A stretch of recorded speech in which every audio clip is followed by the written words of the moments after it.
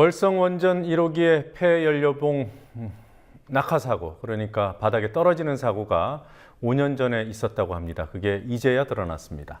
강한 방사선을 내뿜는 폐연료봉으로 인해서 누출 사고가 이어질 수도 있었지만 한수원과 원자력 안전위원회는 그동안 공개하지 않았습니다.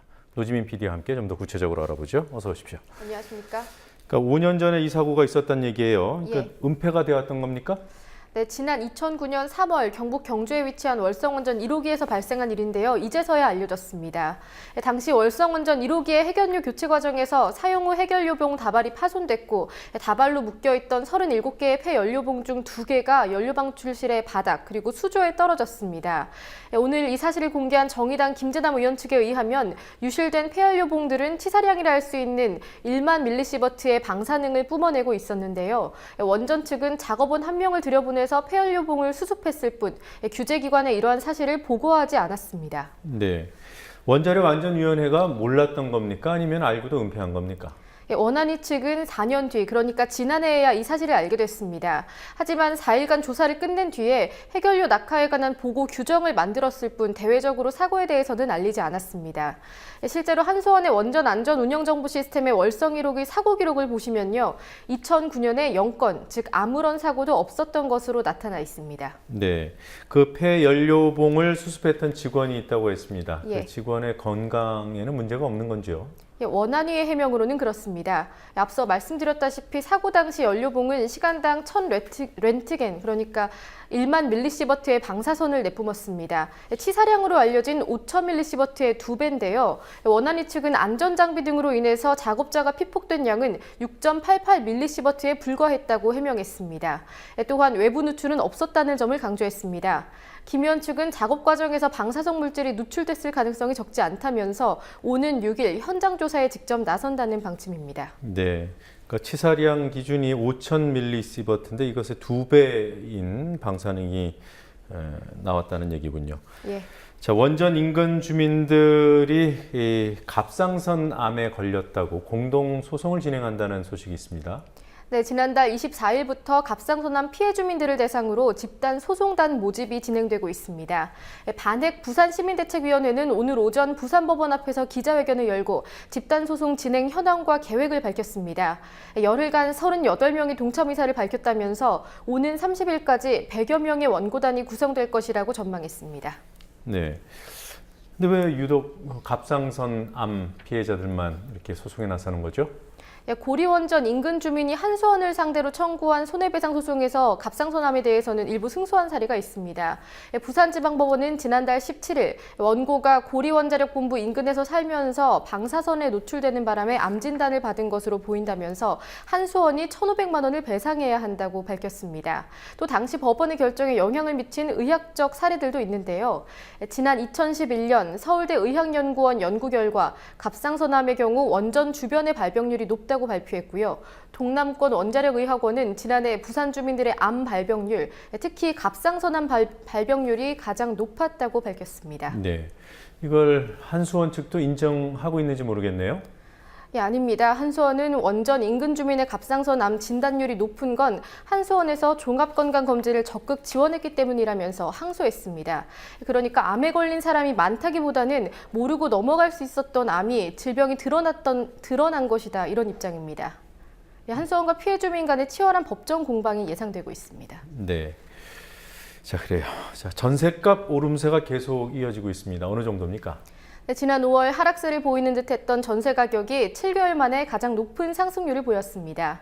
지금 보시는 화면은 전월 대비 전세 가격 변동률, 즉 지난달에 비해서 월세가 얼마나 올랐는지 나타낸 건데요. 지난 5월 1% 미만으로 떨어졌던 전세가 변동률은 매월 높아지다가 지난 9월부터는 상승폭이 커졌습니다. 이른바 9.1 부동산 대책이 발표된 후 전세가가 오히려 더 오른 겁니다. 네, 9.1 부동산 대책은 전세값을 올리는 대책이었다, 이런 비아냥 섞인 지적들이 있었는데 지금까지 이렇게 현실로 드러나고 있군요. 체감하는 전세 부담은 어느 정도입니까? 방금 보신 것처럼 수치로만 보시면 잘 와닿지 않으실 것 같아서 좀 더 구체적인 예를 준비했습니다. 예, 화면 보시면요. 첫 번째 줄은 전국 아파트의 전세가율, 즉 매매가 대비 전세가 변화하고요. 예, 두 번째 줄은 수도권 아파트 평균 매매가에 가까운 3억 원을 기준으로 했을 때 전세가율을 적용한 전세금입니다.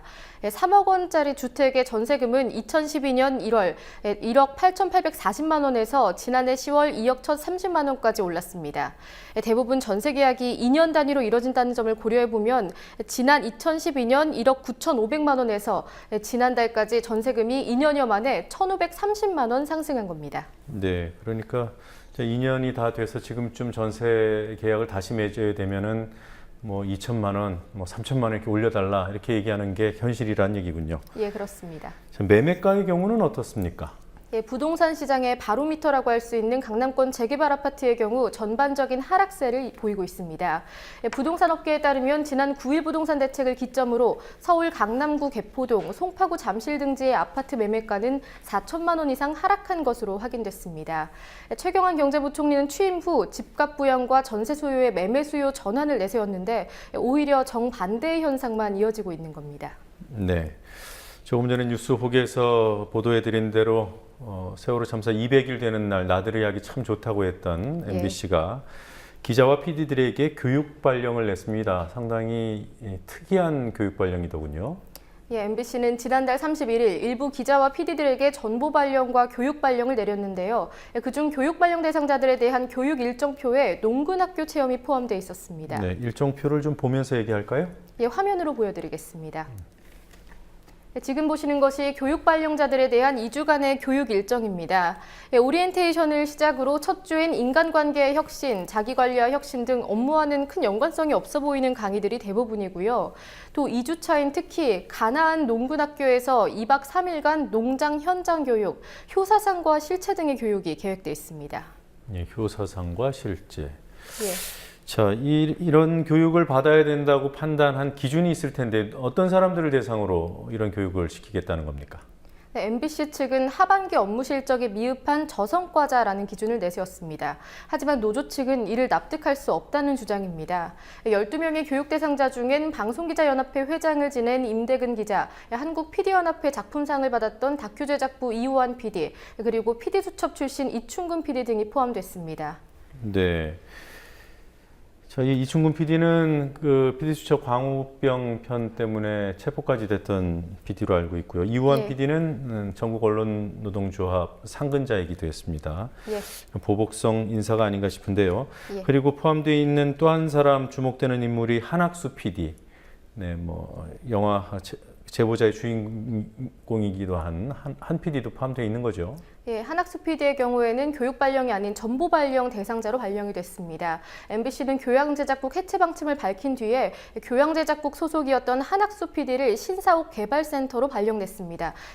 역시 제작과는 관련이 없는 부서라고 볼 수 있고요. 또 전 노조위원장인 이근행 PD, 그리고 광우병 의혹을 다룬 PD수첩 제작자인 조능희 PD도 비제작 부서로 이동했습니다. 또한 2012년 170일 파업에 참여했던 김재용 기자와 김수진 기자는 각각 예능 마케팅부 그리고 드라마 마케팅부로 발령났습니다. 네. 자, 얼마 전에 있었던 이른바 신천교육대 인사 발령하고 뭐 비슷한 것 같습니다. 그때 이 부분에 대해서는 법원의 판단이 있지 않았습니까? 네, 지난해 MBC 노조 조합원들이 이러한 대거 전보 발령에 대한 효력정지 가처분 신청을 했었는데요. 당시에 서울 남부지법은 당시의 전보 발령에 대해서 업무상 필요성을 인정하기 어렵다고 판단했습니다. 신청인들, 그러니까 발령을 받았던 MBC의 기자와 PD, 아나운서들이 입사한 이래 해오던 업무와 현저히 다른 교육이기 때문에 기대했던 직종의 변경이 초래되는 수준이라는 거였습니다. 네, 그렇게 법원에서 제동을 걸었음에도 불구하고 또 비슷한 유형의 인사발령을 냈군요. 예. 자, 진주 의료원 폐업으로 논란을 일으켰던 홍준표 경남도지사가 이번에는 이 무상급식 문제로 또 논란을 일으키고 있습니다. 예, 홍준표 도지사가 기자회견을 열고 2015년 무상급식 지원 예산을 편성하지 않고 독자적인 교육복지 사업을 추진하겠다고 공식 선언했습니다. 개별 시군이 무상급식 예산을 지원할 경우에는 해당 시군의 재정이 넉넉한 것으로 판단된다면서 이에 대해서 또 지원하지 않겠다는 점도 강조했는데요. 채널A 인터뷰를 통해서 이 같은 입장을 강조했는데 직접 들어보시겠습니다. 내년 예산 편성하지 말라고 지시를 했어요. 무상 포퓰리즘에 몰입돼서 끌려가는 예상이거든. 걱정 예상으로 책임지고 하라는 말이야.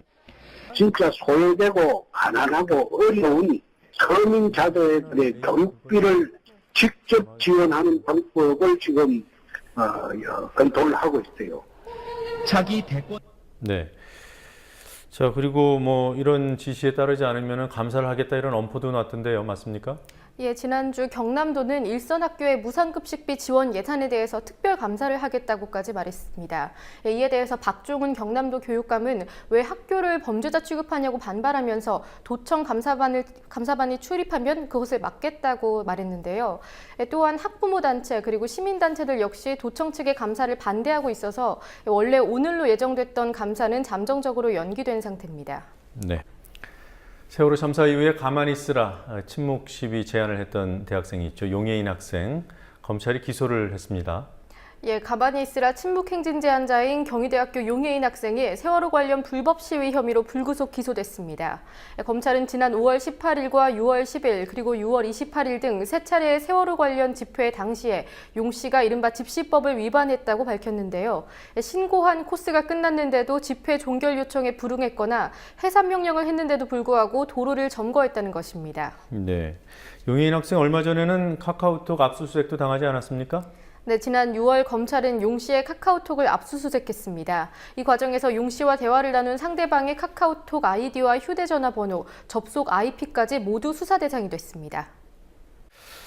자, 그 일본 강제동원 피해자들이 국가를 상대로 소송을 냈습니다. 어떤 소송입니까? 예, 일제강점기 때 강제 동원됐던 군인 군속 피해자 유족들이 정부가 1965년 한일 청구권 협정을 통해서 일본으로부터 받았던 무상 자금을 돌려달라고 소송했습니다. 아시아 태평양 전쟁 희생자 한국유족회는 정부가 1965년 일본으로부터 받은 무상 원조 3억 달러는 피해자들에 대한 보상금 성격이었다면서요. 이를 피해자에게 돌려줘야 한다고 강조했습니다. 또 정부가 피해자 보상금을 토대로 경제를 발전시켰으니 이제는 피해자 1인당 1억 원씩 돌려줘야 한다고 주장했습니다. 네. 그러니까 우리 정부가 과거 정부가 일본으로부터 받은 돈을 피해자들에게 직접 주지 않았다. 이것이 공식적으로 확인된 겁니까? 예, 지난 2005년 외교부가 65년 한일협정 문서의 일부를 공개했는데요. 당시 박정희 정부가 징용 피해자 103만여 명에 대한 보상금으로 3억 6,400만 달러를 일본으로부터 받았는데 이 중 8,600여 명에게만 개별 보상금을 지급한 것이 확인됐습니다. 또 빠른 협상 타결을 위해서 당시 정부가 피해자 개개인의 청구권을 포기하기까지 했다는 것이 드러나서 논란이 된 바가 있습니다. 이 조항과 관련해서 아직까지도 강제징집 피해자들이 일본 정부를 상대로 재판을 벌일 때마다 기각되거나 패소하고 있기도 한데요. 오늘 기자회견을 연 유족회는 보상금 반환뿐 아니라 한일 청구권 협정에 대한 정부의 책임을 묻고 개인 청구권의 환수를 위해서 싸워나갈 것이라고 밝혔습니다. 네, 여기까지 듣겠습니다. 수고했습니다.